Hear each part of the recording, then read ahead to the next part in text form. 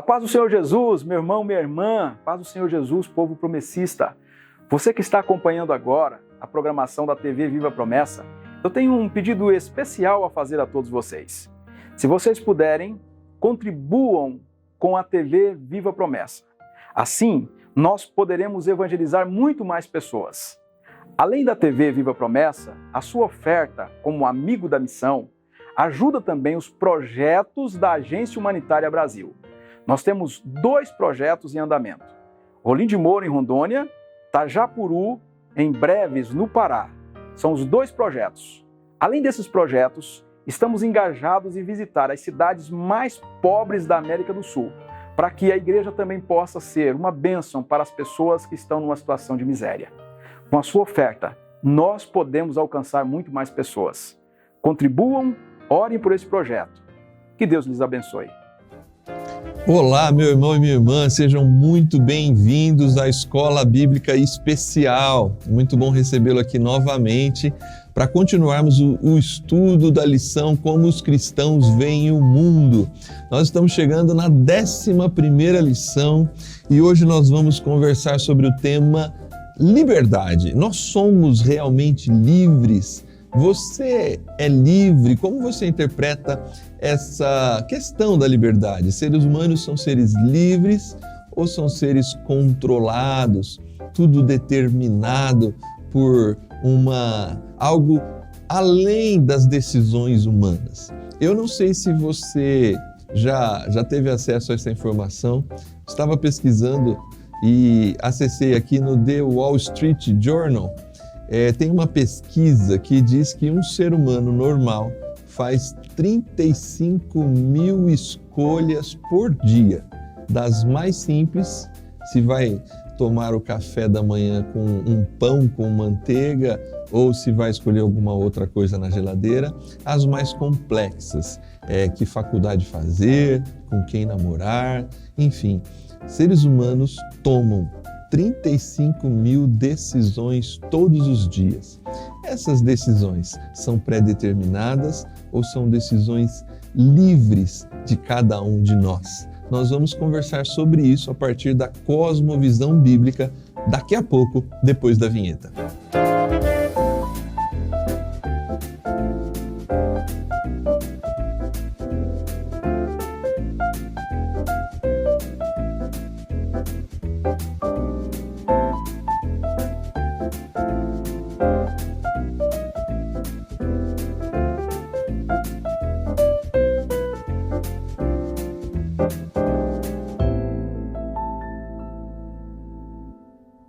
Muito bem, estamos de volta e é muito bom recebê-lo. Se você ainda não fez, faça, compartilhe esse link com seus amigos, com o pessoal da sua igreja, seus irmãos em Cristo, a sua família, para que mais pessoas que gostam, que amam o estudo da Palavra de Deus estejam com a gente agora participando desse estudo da lição de número 11. Nós vamos conversar sobre o tema da liberdade, um tema tão importante para as Sagradas Escrituras e por vezes mal interpretado a partir de um olhar de um extremo de falta absoluta de liberdade do ser humano ou de um outro extremo como se fôssemos tão livres que não houvesse nenhum controle no universo. Encontrar esse equilíbrio não é simples, não é uma tarefa fácil, mas biblicamente nós temos caminhos que nos dão um norte sobre essa questão.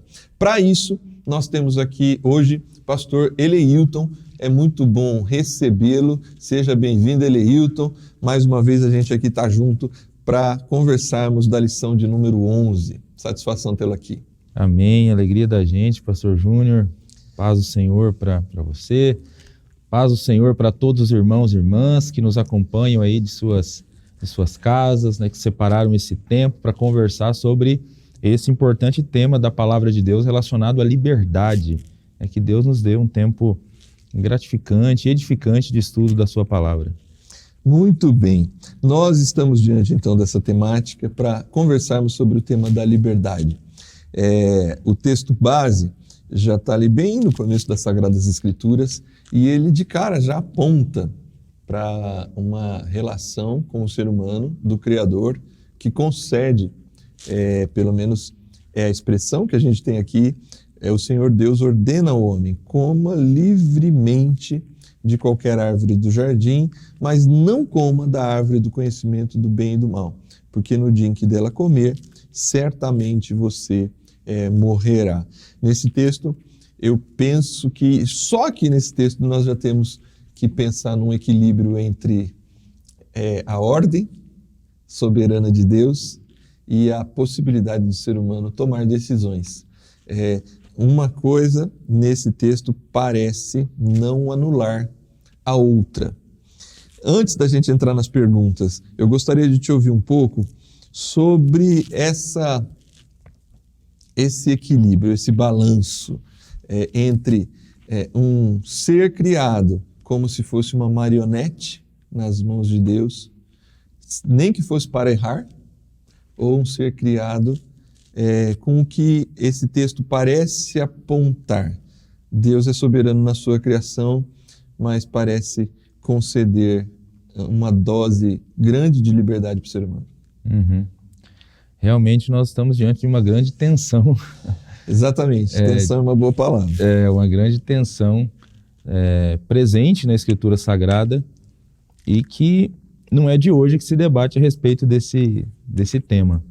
Se fosse um tema simples de se resolver, nós não estaríamos aí desde que o protestantismo tem seu início, né? Até antes do protestantismo, mas muito mais marcante assim para a gente, né? A partir ali do início do protestantismo, você tem aí 400, 500 anos de debate a respeito desse tema, porque de fato, por um lado, a Bíblia Sagrada apresenta Deus como soberano, né? Como governante de absolutamente todas as coisas, né? E que aparentemente ordena tudo e que tudo que acontece de acordo com a sua vontade. Até mesmo nós, aqueles que nos acompanham de suas casas, nós costumamos falar isso, né? Qualquer coisa que acontece na nossa vida, isso aqui aconteceu porque Deus permitiu. Sim. Se não fosse a vontade de Deus, isso não teria acontecido, né? Eu queria ter ido para tal lugar. Ontem uma pessoa me falou, inclusive, né, de uma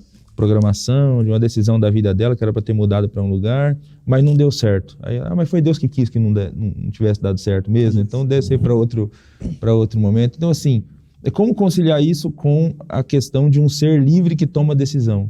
Então, as coisas que nos acontecem porque nós tomamos decisões certas ou erradas que nos levaram a essas coisas, esses acontecimentos na nossa vida, ou foi Deus que determinou? Então, de fato, isso é uma grande tensão, né?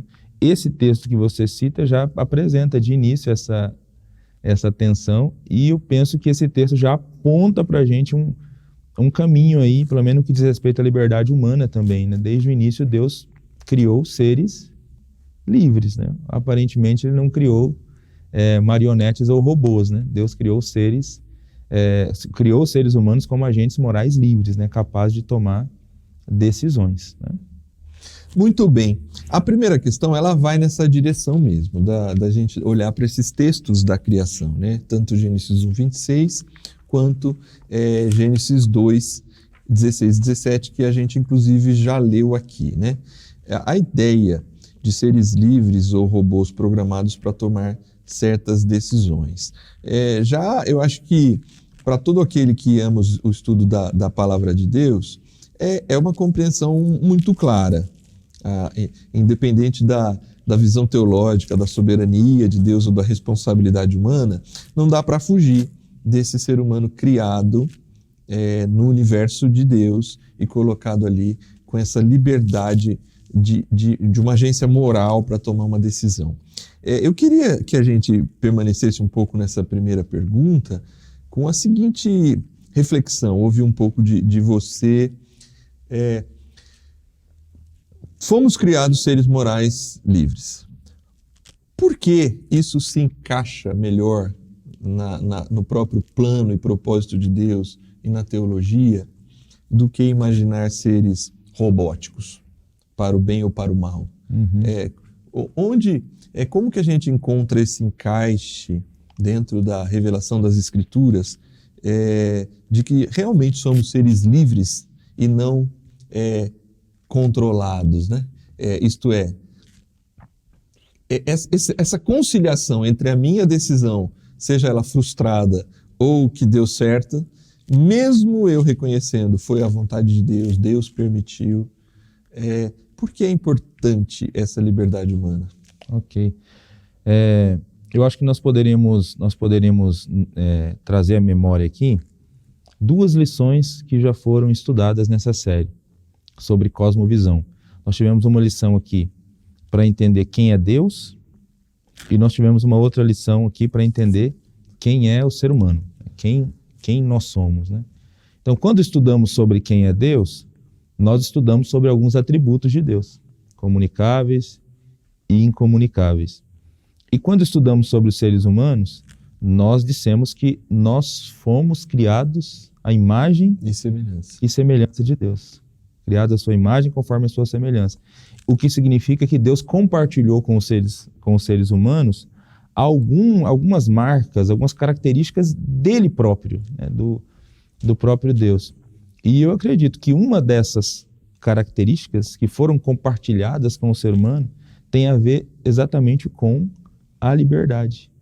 Deus é livre e ele criou também seres livres. Nós nos parecemos com Deus nesse sentido. E parece fazer sentido essa ideia de Deus criando seres livres dentro do plano da redenção, porque olhando para o plano da redenção, a gente enxerga que Deus deseja seres que o adorem, que o sirvam de maneira voluntária, porque desejaram, porque escolheram amá-lo. Eu nunca esqueço de uma entrevista que eu ouvi uma vez, eu não vou me lembrar aqui agora do nome do doutor, mas é um doutor de uma universidade do Rio Grande do Norte, que dá aula de ou física ou química, e ele, participando de uma entrevista sobre a criação do universo, tem um determinado momento da entrevista, ele diz assim, que você só saberá se uma pessoa te ama de verdade, se ela tem a opção de não te amar. Certo. Porque se a única opção dela é te amar, você nunca saberia se, tendo a opção de não te amar, ainda assim ela escolheria continuar te amando, né? Então, eu penso que nós poderíamos aplicar essa ideia, né, para o contexto da Escritura Sagrada. Deus criou os seres humanos e ele deseja seres que se relacionam com ele, e se relacionam livremente, se relacionam porque decidiram se relacionar com ele e amá-lo, né, de todo o coração, servi-lo, enfim, ele criou seres livres, né? Deu cria os seres humanos em comunhão com ele, mas eles têm a opção de pular para fora de Deus, vão arcar com as consequências se tomarem essa decisão, né? Mas ele cria dentro desse contexto, né? Parece que faz parte do plano da redenção isso. Você me fez lembrar, eu não vou lembrar o título do livro do Tim Keller, mas ele ancora essa criação do ser humano livre exatamente nessa questão do amor, né? E ancora, na verdade, na Trindade, porque o Deus Criador é um Deus triuno. E ele parte do pressuposto que se Deus fosse unicista, talvez o fruto dessa criação à sua imagem e semelhança apontaria para um ser humano criado para atender uma necessidade de um Deus que tem uma carência de relacionamento. É mais ou menos nessa linha que ele trabalha. E ele ancora que o amor de Deus é realmente amor, porque Deus conhece o amor no ambiente da Trindade. Então, esse ser humano não é criado para satisfazer uma necessidade, portanto, eternamente preso ao amor de Deus de forma obrigatória ou programada para isso.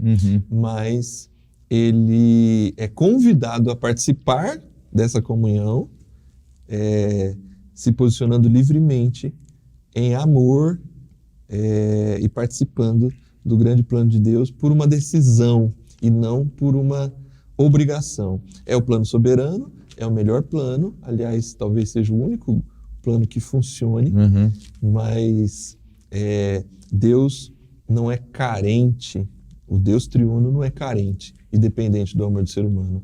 Mas ele quer estabelecer essa relação. Isso é muito interessante, essa construção do Tim Keller, porque realmente Deus basta a si mesmo. Ele vivia na eternidade em comunhão perfeita, e não havia nenhum tipo de necessidade ou carência no ser de Deus. Ele não precisava criar o ser humano. Ele decidiu como um gesto da sua bondade, da sua graça, né? E deu agora a esses seres criados por ele, tanto seres humanos quanto seres angélicos, essa liberdade de viver em comunhão com ele e de amá-lo livremente, né? Participar dessa comunhão, né? com ele, com a própria Trindade. Muito bem. Bom, na pergunta 2, já que... Bom, a gente pode então dizer, somos livres. Somos livres. A primeira questão aponta para somos criados seres livres. E isso aponta para a própria imagem e semelhança de Deus que recebemos. Há na queda, que é algo também importante para a cosmovisão cristã, algo que vai afetar, comprometer aspectos dessa liberdade humana. Eu penso que esse ponto é muito importante nessa lição para o irmão que está em casa, que vai estudar a lição também na sua igreja local, para aqueles que gostam da palavra de Deus, mesmo que não vão participar de uma escola bíblica presencial aí na sua igreja local. Acho que esse ponto é fundamental, entender essa perda ou essa incapacidade de liberdade em alguns aspectos que a palavra de Deus vai apontar, que esse processo de queda acaba comprometendo isso. Vamos lá ajudar os nossos irmãos a perceber, então, em que sentido podemos dizer que a liberdade humana é afetada. Ok. Antes me permita ler aqui, na página 99 da lição, a definição que foi dada na lição para a liberdade, para livre-arbítrio, né? Então, Gênesis diz que o ser humano foi criado com livre-arbítrio, isto é, com a capacidade de decidir ou escolher por conta própria, isenta de qualquer condicionamento, motivo ou causa determinante. Então, o ser humano, ele é criado livre e ele pode escolher sem que alguém determine essa sua escolha. Por isso, nesse sentido, ele tem, então, livre arbítrio. Mas o que acontece depois da queda? Depois da queda, o ser humano continua tomando decisões. Esse ser que foi criado livre por Deus, né, e colocado no Éden para viver em comunhão perfeita com Deus para todo sempre, ele acabou desobedecendo aquela ordem de Deus que você leu a princípio e comeu do fruto da árvore que não se poderia comer, né? Na verdade, essa árvore está ali para representar esse grande teste de Deus de obediência ao ser humano. Então ele declara independência e decide se afastar de Deus. E a partir da queda, a partir desse momento que o ser humano decide se afastar de Deus, aí há uma mudança na natureza do ser humano. A Bíblia Sagrada vai mostrar para a gente que agora a natureza do ser humano foi afetada. Por exemplo, você tem aqui o texto de Romanos, capítulo 3, versículos 10 ao 12, que diz assim, como está escrito, não há nenhum justo, nenhum sequer. Não há ninguém que entenda, ninguém que busque a Deus. Todos se desviaram, tornaram-se juntamente inúteis. Não há ninguém que faça o bem, não há nenhum sequer. No mesmo Romanos, Paulo fala no capítulo 7 que o bem que ele deseja fazer, ele não consegue fazer. E o mal que ele não quer fazer, esse ele acaba fazendo. O profeta Jeremias diz que o coração do ser humano é corrupto e perverso. Quem o conhecerá? Então você vai somando, tem uma enorme quantidade de textos bíblicos que mostram que a natureza humana se corrompeu a partir da queda. Nesse sentido, o ser humano agora ele tem uma inclinação natural para fazer o que é errado. Quando Adão e Eva pecaram no início da nossa história e decidiram desobedecer a Deus, eles não tinham essa inclinação natural para o erro, essa inclinação natural para o pecado, porque eles foram criados santos e puros para Deus. Nesse sentido, a tentação, no caso deles, é uma tentação apenas exterior, externa, né? Satanás, de fato, conseguiu ludibriá-los e enganá-los, né, com argumentos. Mas no nosso caso, nós também temos a nossa tentação, ela é interior, né? Há uma guerra interior que acontece dentro de nós por causa da natureza pecaminosa, e nós temos uma tendência natural para fazer o que é errado. Aí, nesse sentido, a nossa liberdade ficou comprometida, porque o ser humano agora, na hora de tomar decisões, ele acaba sendo influenciado. Há uma causa que acaba, às vezes, determinando o ser humano a tomar decisões equivocadas, né? Decisões que não agradam a Deus. Então, a queda acaba fazendo isso. A queda acaba prejudicando, afetando essa nossa liberdade, né? de decidir sem nenhuma causa determinante, de decidir assim, de modo claro, né? Sobre todos os temas e sobre todas as coisas. É possível a gente dizer que, junto com essa definição de liberdade que está na lição, talvez do ponto de vista desse design de criação, do propósito de Deus para a humanidade, nós somos criados ao receber imagem e semelhança de Deus. Um dos aspectos disso envolve a questão de que nós somos representantes de Deus para a criação. De alguma forma, essa ideia de imagem e semelhança aponta para isso, né? Nós somos talvez a presença tangível de Deus na sua criação. A mentira de Satanás, ela trabalha justamente nessa verdade, né? Porque ela fala assim, vocês vão ser como Deus no dia que comer do que Deus falou que não era para comer. Não é que vocês vão morrer, vocês vão ser como Deus, né? Na verdade, eu costumo dizer que a gente já tinha imagem e semelhança. O problema é que você usou o termo, eles foram ludibriados, né? Se posicionar no lugar de Deus está para além da liberdade humana. Não porque ele não poderia ter escolhido ser como Deus, tanto é que escolheu, mas isso não é possível no universo criado por Deus, que haja outro Deus. É por isso que talvez o grande pecado originário de todos os outros pecados, ou o pecado na sua essência, não é comer do fruto, mas é se rebelar contra e ocupar o lugar que é de Deus. É como se a gente talvez olhasse para a liberdade sob uma outra perspectiva, isto é, um peixe, ele é livre, mas fora da água ele deixa de cumprir o seu propósito. Ele pode até decidir pular para fora da água, mas ele vai encontrar a morte. A morte fora da água. O ser humano fora de Deus, querendo ocupar o lugar de Deus, ele livremente escolheu isso, mas ele não se encontra com ser Deus. Muito ao contrário, ele ao sair de Deus, ele se encontra com a condenação por consequência da sua escolha, né?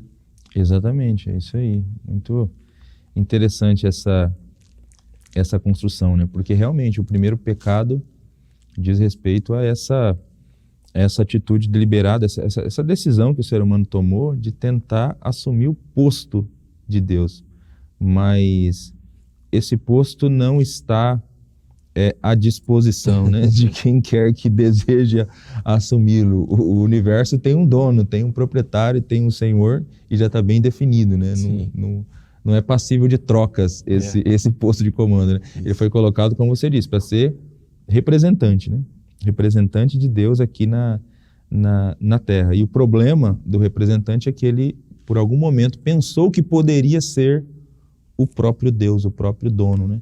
Que é um pecado muito parecido com o pecado angélico, né? Os dois pecados acabaram indo na mesma linha, né? Parece que sobe no coração do primeiro anjo que cai, e depois dos seres humanos essa vontade, né, de ser o próprio Criador, né, de ser o próprio Deus. E de fato, fora de Deus, é como o peixe pular fora da água. O que ele encontrou foi morte e condenação, né? Porque nós fomos criados para Deus, né?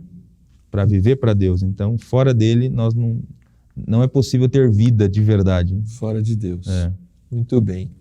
Nós estamos tratando da lição de número 11, somos realmente livres, já demos uma boa caminhada, a gente vai parar para um rápido intervalo e depois a gente vai voltar para entender, a partir do momento que nós somos afetados pela queda e há uma causa determinante, uma natureza inclinada para a maldade, para a pecaminosidade, como isso vai afetar a nossa relação com Deus e como a Bíblia apresenta esse retorno.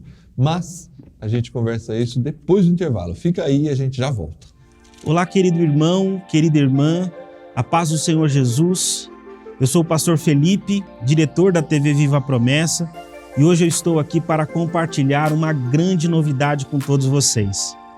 A TV Viva a Promessa, em parceria com a Editora Promessa, está envolvida em um projeto de plantação de uma nova igreja adventista da Promessa na Convenção Norte do país.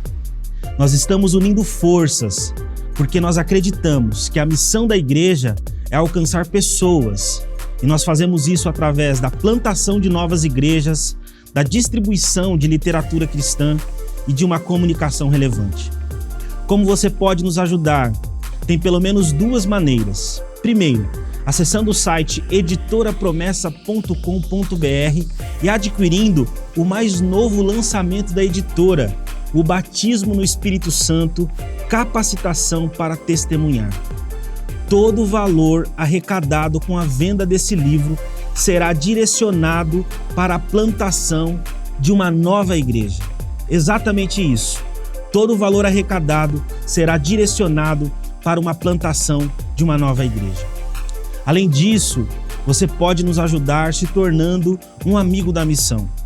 Através dos Amigos da Missão, nós ajudamos a manter alguns projetos sociais na Agência Humanitária Brasil e também investimos na manutenção e na ampliação da TV Viva a Promessa. E assim nós levamos a palavra de Jesus a mais pessoas através da internet.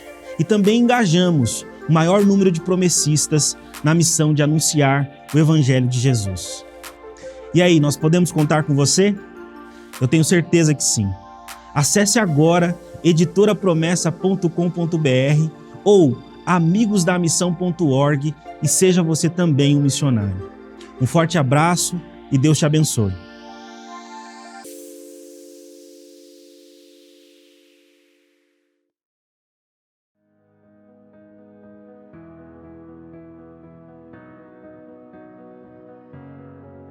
Graça e paz, meus irmãos e irmãs, uma grande alegria poder falar com vocês. Eu sou o pastor Alessio, diretor do Seminário Teológico Promessista.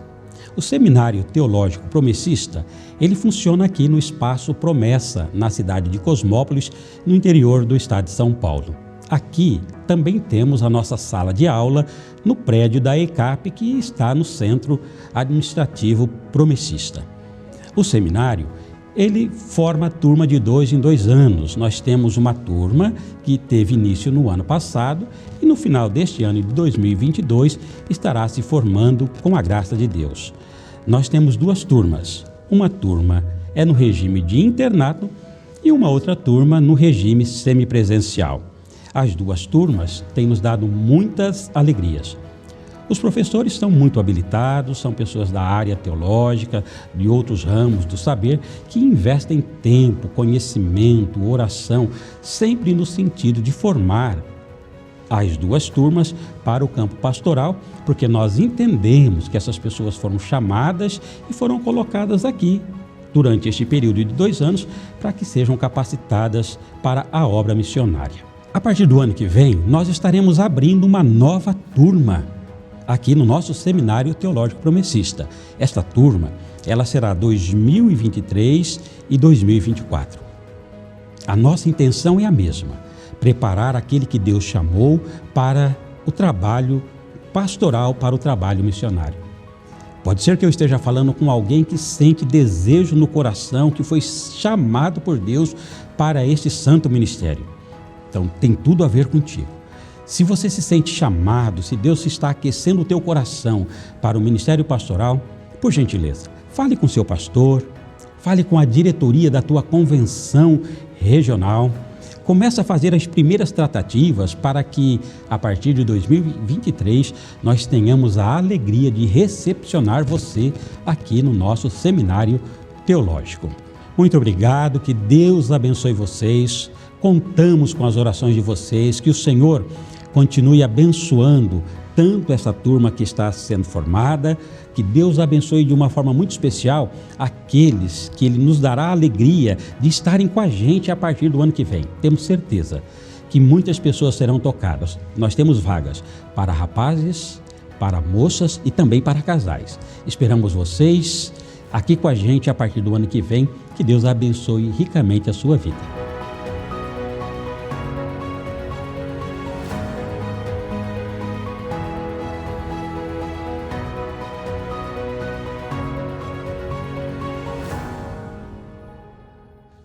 Muito bem, estamos de volta. Muito bom que você tenha ficado com a gente até agora. A gente vai continuar aqui o estudo dessa lição, entrando direto aqui, pastor Eleilton, na questão de número 3. Okay. No que diz respeito à escolha do bem maior, isto é, Deus, o ser humano morto em delitos e pecados consegue fazer isso sem uma ajuda externa? E se não consegue, de quem é esta ajuda? Então, parece, para deixar bem claro para os irmãos que estão em casa, não nos foi tirada a liberdade de decisões. A lição até fala num dado momento, né? Somos livres para escolher com quem vamos nos casar, se a gente vai comprar um carro da cor prata ou da cor azul. Nós temos liberdades e tomamos, como disse no começo, em média 35 mil escolhas por dia. É muita decisão. Muita coisa, né? Parece que não, mas eu imagino que se eu escolher cruzar a perna aqui agora é uma decisão que eu tomei, né? Para chegar a 35 mil decisões tem bastante coisa. Mas o que a lição aponta é que nós não temos plena liberdade para escolher Deus. É isso mesmo? É isso mesmo. Quando a gente comentou aqui há pouco, antes do nosso intervalo, que o ser humano ele foi afetado na sua liberdade por conta da queda e por conta da corrupção da sua natureza, onde é que pegou mais, assim, né? Onde é que realmente ficou prejudicada essa capacidade de escolha do ser humano? Exatamente no que diz respeito à decisão do bem maior. Então essas questões que você comentou aí, decidir com quem vai se casar, decidir que carro vai comprar, decidir para que lugar vai fazer a viagem, e nós continuamos tomando essas decisões, né? Normalmente, somos livres para tomarmos essas decisões. Às vezes, tomamos essas decisões que são basicamente mais simples de maneira equivocada, porque nós temos agora uma natureza corrompida. Mas agora, o bem maior, isto é, escolher Deus, escolher Jesus, abraçar Jesus, escolhê-lo como Senhor e Salvador de sua vida, parece que biblicamente essa decisão, essa sim, é impossível o ser humano tomar sem uma ajuda externa. Por conta da queda, ele perdeu essa capacidade. Então, a pergunta aqui até cita Efésios, capítulo 2, né, versículos do 1 até o 4. Esse texto diz que nós, seres humanos, estamos mortos. Né? Ele vos deu vida, estando vós mortos nas vossas transgressões e pecados. Né? Então, esse texto aqui mostra que quando nós recebemos a Cristo como Senhor e Salvador, a nossa condição anterior era uma condição de morte. Nós estávamos mortos em pecados, né? Nós servíamos ao príncipe do poderio do ar. Nós vivíamos de acordo com a nossa natureza carnal. E como foi possível tomarmos essa mais importante decisão e escolhermos Deus? A única maneira foi Ele nos dar a iluminação por meio de uma ação do Espírito Santo. O outro texto citado aqui, que é o texto de João 16, 8 ao 11, diz que o Espírito Santo é quem convence o homem do pecado, da justiça e do juízo. Então é o Espírito que convence que nós somos pecadores. A única maneira de um ser humano que está morto em delito e pecado entender a sua pecaminosidade, se reconhecer como tal, é por meio dessa ação iluminadora do Espírito Santo. Então o Espírito convence a gente do pecado, convence da justiça, que é só em Jesus que nós podemos ser justos, e do juízo. Se a gente entende que é pecador e não quer aceitar a justiça de Cristo, o que resta para a gente é juízo, porque o príncipe desse mundo está julgado, como diz lá o texto de João. Então, é o Espírito Santo quem faz isso. Ele fez com Lídia. Quando Paulo pregou o evangelho para Lídia, o texto diz que Deus abriu o coração de Lídia para que ela pudesse receber a palavra, para que ela pudesse aceitar a palavra. Então essa obra é a obra que nós chamamos de obra de despertamento do Espírito Santo. Não é a regeneração ainda, não é a regeneração. É uma obra de despertamento do Espírito, que capacita o ser humano que está morto em delito e pecado a entender a sua real situação e optar ou não pelo caminho da vida, optar ou não por Jesus, né, por Deus. Então, só com essa ação do Espírito Santo é que um ser humano é capaz de escolher o bem maior. Ninguém diz que Jesus é o Senhor se não for pelo Espírito de Deus. Então, se o Espírito não convencer o ser humano, nunca vai escolher Jesus como Senhor. Então, veja como que a queda de fato nos afetou, né? E afetou em cheio este aspecto da nossa liberdade, que é escolher Deus, né, como Senhor da nossa vida. Eu posso dizer, e se eu não puder, por favor, fique à vontade para corrigir aqui a afirmação. Ao escolher viver longe de Deus, a culpa e responsabilidade é nossa, é pessoal. Ao escolher viver com Deus, aceitando Cristo Jesus, o mérito é dele e do seu Espírito que nos chama. A gente toma, você falou que a gente ainda tem, depois desse despertamento, a possibilidade da decisão. Mas essa decisão, ela é fruto desse suporte, desse despertamento, desse chamar do Espírito. Então, se eu decido viver para longe de Deus, eu sou responsável por essa decisão. E se eu me aproximo de Deus, ainda que eu tenha parte no processo de arrependimento, o mérito ele é primariamente de Cristo Jesus. Sim, com certeza ele é primariamente de Cristo Jesus, né? Porque inúmeras vezes na Escritura Sagrada nós temos a informação de que a salvação ela acontece pela graça. Sim. Isto é, ela é um presente de Deus. Então, nós não acreditamos que o fato de um ser humano ter que dizer sim, né, escolher Deus, torne a salvação algo meritório. Exatamente porque, por si mesmo, ele nunca faria isso. Conseguiria.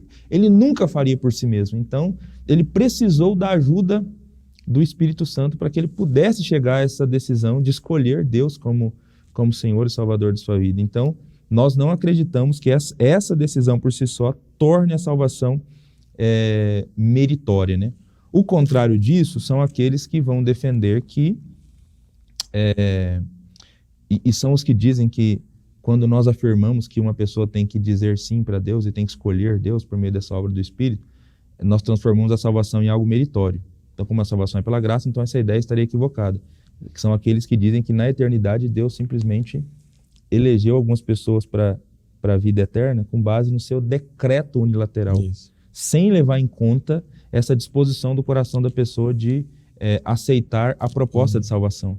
Então, nós não concordamos com isso. Parece não fazer muito sentido à luz da Escritura Sagrada que na eternidade Deus simplesmente escolheu alguns para a vida e uns para a morte, simplesmente com base no decreto unilateral da parte dele, sem levar em conta nada que ele viu nas pessoas. Nós cremos em eleição com base na presciência de Deus, né? Então Deus na eternidade sabia dessa disposição do coração humano, né, de aceitar a oferta de salvação, né? Só que isso não torna meritório, porque esse ser humano ele só pode tomar essa decisão porque o Espírito agiu, né? Porque o Espírito trabalhou, porque o Espírito despertou e o fez entender que ele é um pecador, né? Miserável. Infelizmente, alguns, mesmo com essa obra do Espírito, né, essa obra só acontece por meio da pregação do Evangelho. Quando o Evangelho está sendo pregado, esse é um instrumento que o Espírito usa para despertar. Ainda assim, preferem continuar na situação em que se encontram, né? Os que decidem sair, na verdade, eles só estão permitindo que a graça de Deus faça a sua obra, né? É muito interessante porque na palavra de Deus, essa tua defesa aí, eu ia até te perguntar isso, mas que bom que você já respondeu. Nós vemos essa tensão, né? O próprio Efésios 2 vai dizer assim, olha, é assim para que ninguém se glorie, né? Para ninguém se encha de orgulho, né? É pela graça, para que ninguém veja em si mesmo um mérito, né? Mas 2 Coríntios 5, que faz parte também aqui do estudo da lição, Paulo vai dizer, nós somos ministros da reconciliação, né? E ele fala que a gente foi para convocar as pessoas a se reconciliar com Deus. Isso, se eu tenho que ser um pregador da reconciliação, é porque é possível que alguém ouça e não se reconcilie. Então, assim, manter isso em equilíbrio é uma tarefa árdua mesmo, lidar, principalmente quando a gente está falando do bem maior, da salvação, né? É Deus quem chama, é por meio do seu Espírito, é por meio da sua graça, mas essa possibilidade, como um agente livre, de despertado pelo Espírito, decidir ou não, a mim me parece que está preservada o ser humano da criação, a imagem e semelhança de Deus, que me faz livre de tomar uma decisão em favor, ao lado de Deus, reconhecendo o meu lugar. É óbvio, a decisão contrária levará à morte, tá dito já. Eu costumo dizer que é mais do que uma condenação de um Deus irado, mas é assim, uma consequência natural de uma escolha que leva a esse caminho de morte. Então, conciliar essas duas ideias é algo que está muito presente no Antigo e no Novo Testamento, né? Exatamente. Você sabe que a impressão que eu tenho, quando a gente conversa sobre esse tema, é que essa obra que o Espírito Santo faz é como se ele estivesse restaurando em cada ser humano aquela capacidade que Adão e Eva tinham. Aquela clareza que Adão e Eva tinham ali no início, né? Aquela liberdade, de fato, para escolher Deus, viver em comunhão com Deus, né? Então parece que o Espírito, quando ele trabalha nesse homem morto em delito e pecado, enquanto o Evangelho é pregado, ele faz isso, ele restaura essa capacidade, parece que devolve essa sanidade para o ser humano. E aí ele de novo ele é de novo colocado, né, na posição de Adão para tomar a decisão, né? E ele tem a opção aqui então de fazer diferente do que Adão fez e de dizer: Senhor, como eu estava equivocado em achar que eu poderia comandar minha vida e achar que eu poderia ser Deus, né, sobre a minha vida, sobre a minha história, né?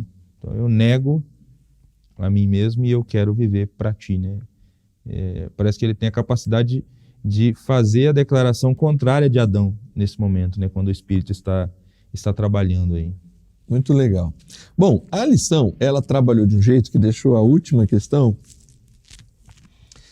talvez do ponto de vista da importância do aspecto da decisão, a terceira questão trata do bem maior, né?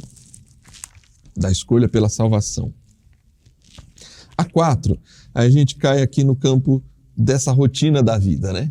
E aí a gente termina aqui, né? Comentar sobre a ideia de um Deus soberano executando seus planos por meio de agentes livres. Você citou ali no começo justamente coisas que a gente fala mesmo, né? Ah, não deu certo aquele emprego, mas Deus tem o melhor para mim, é bênção de Deus. Fiz aquela viagem, graças a Deus, cheguei bem de viagem. Aconteceu um acidente, puxa, Deus permitiu, Deus sabe de todas as coisas.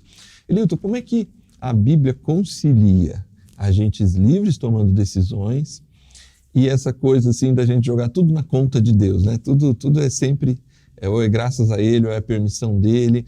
Como é que a gente administra, do ponto de vista bíblico, essa tensão, de novo, mais uma vez, né? De homens e mulheres que tomam suas decisões e de Deus que vai executando os seus planos, mesmo diante de agentes livres? Talvez aqui sim esteja o grande dilema, né? O grande desafio, né?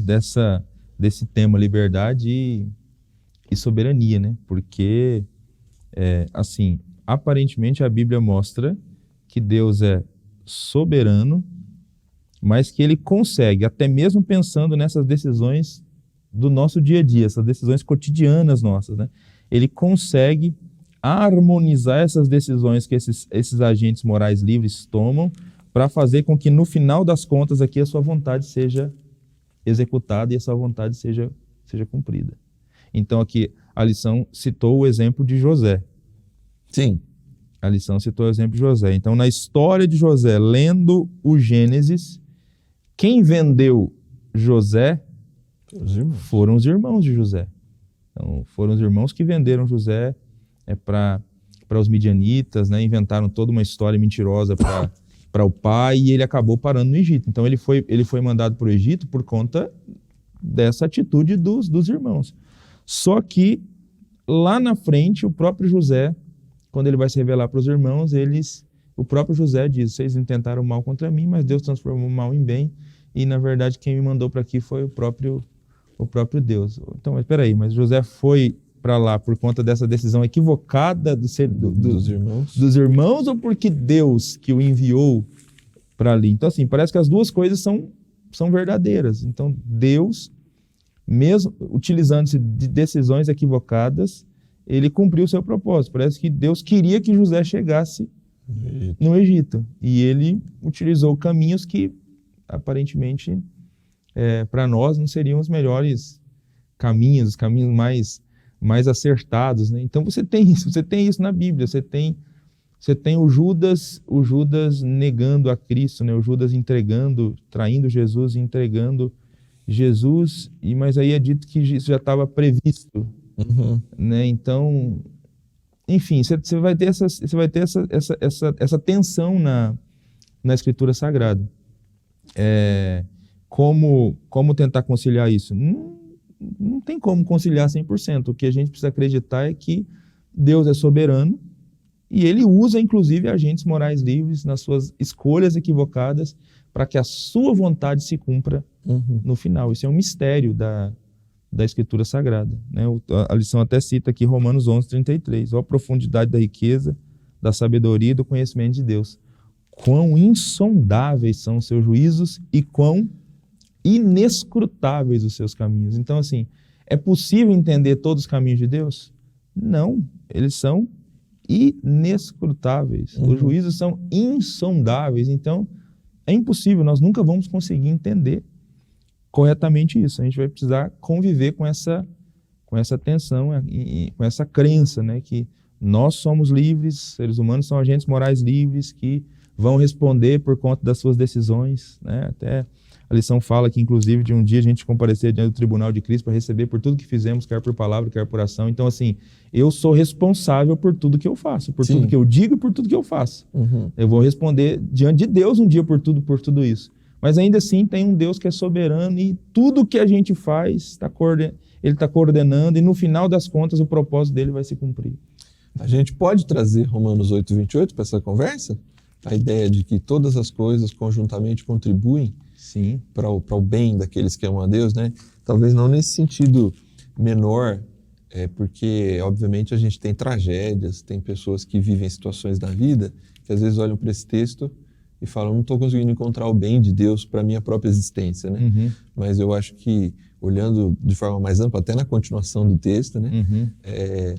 Todas as coisas, tudo, de alguma forma vai convergir, apontar e contribuir para o plano eterno da bondade de Deus para a humanidade, né?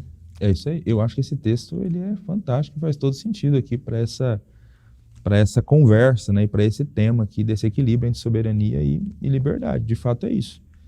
Todas as coisas, né, no conjunto contribuem para o bem daqueles que amam a Deus. Então, de repente, nós não vamos conseguir entender, né? Quando for olhar, examinar apenas uma dessas coisas fora do todo, né? Fora do conjunto. Mas Deus, ele conhece tudo, ele conhece o conjunto completo, né? Eu brinco às vezes que ele não precisa assistir a série toda para saber o final, né? Nós estamos aqui nos primeiros episódios, mas ele já sabe de tudo, né? Sabe das outras temporadas, ele já sabe de tudo, então... E ele está trabalhando, mesmo que a gente não entenda, ele está trabalhando. Esse chamado do ser humano para parceria com ele, né? Porque a lição realmente ela cita principalmente a história de José, né? Que é um processo de homens que cometeram um erro gravíssimo, que é vender o seu irmão, né?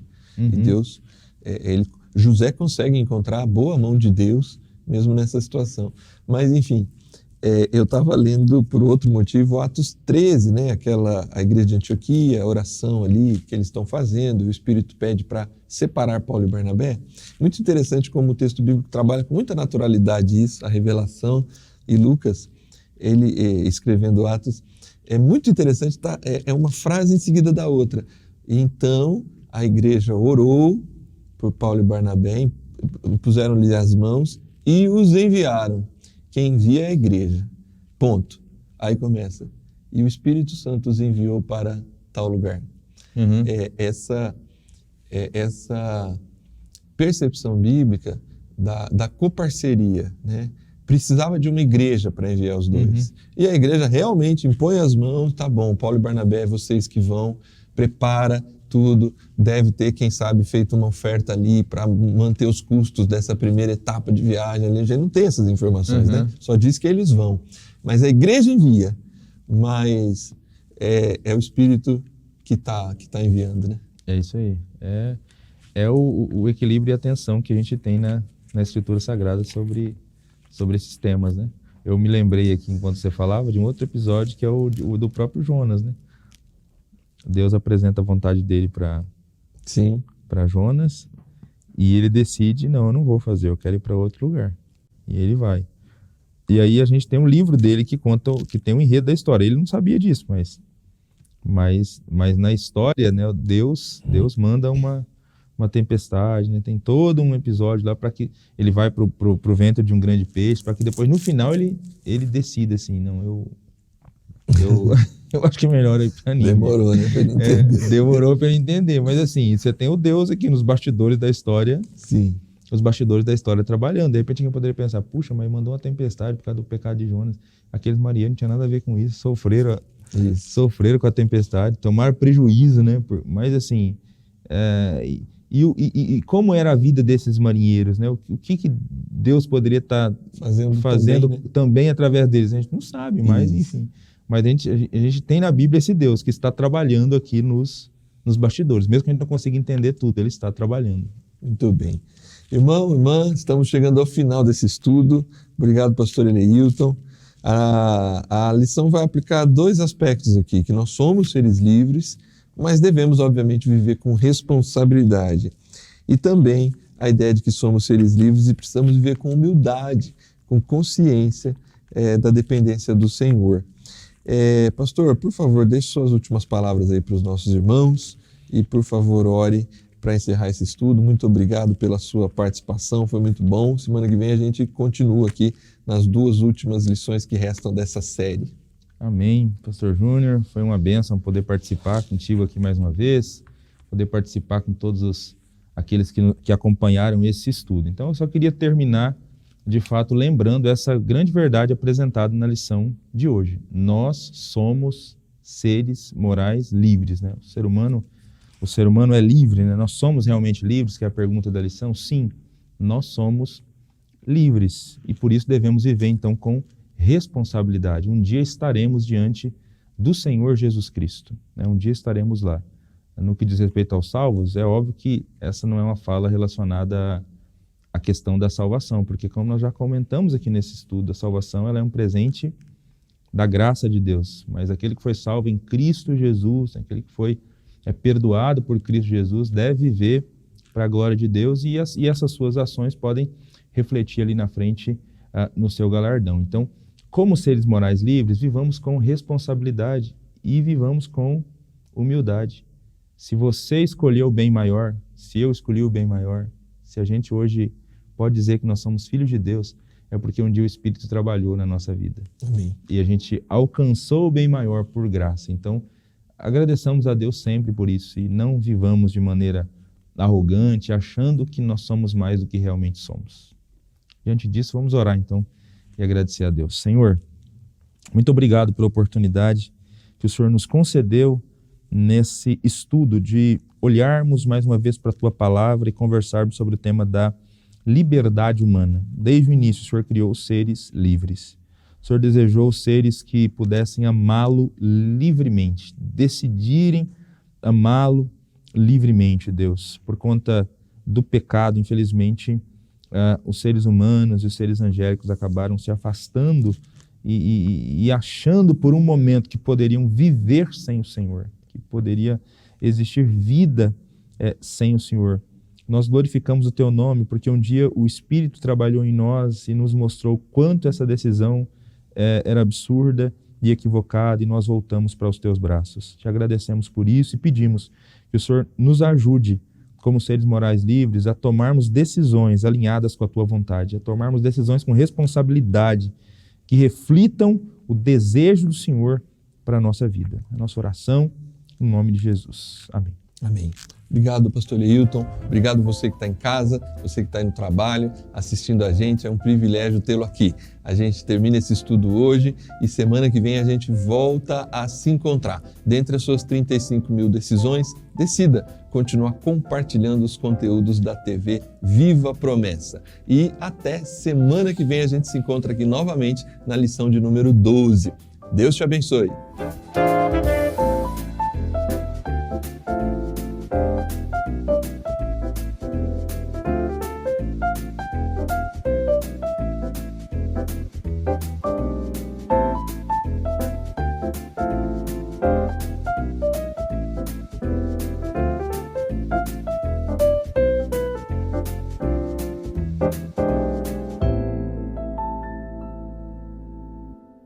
A paz do Senhor Jesus, meu irmão, minha irmã, paz do Senhor Jesus, povo promessista. Você que está acompanhando agora a programação da TV Viva Promessa, eu tenho um pedido especial a fazer a todos vocês. Se vocês puderem, contribuam com a TV Viva Promessa. Assim, nós poderemos evangelizar muito mais pessoas. Além da TV Viva Promessa, a sua oferta como amigo da missão ajuda também os projetos da Agência Humanitária Brasil. Nós temos 2 projetos em andamento. Rolim de Moura, em Rondônia, Tajapuru, em Breves, no Pará. São os 2 projetos. Além desses projetos, estamos engajados em visitar as cidades mais pobres da América do Sul, para que a igreja também possa ser uma bênção para as pessoas que estão numa situação de miséria. Com a sua oferta, nós podemos alcançar muito mais pessoas. Contribuam, orem por esse projeto. Que Deus lhes abençoe.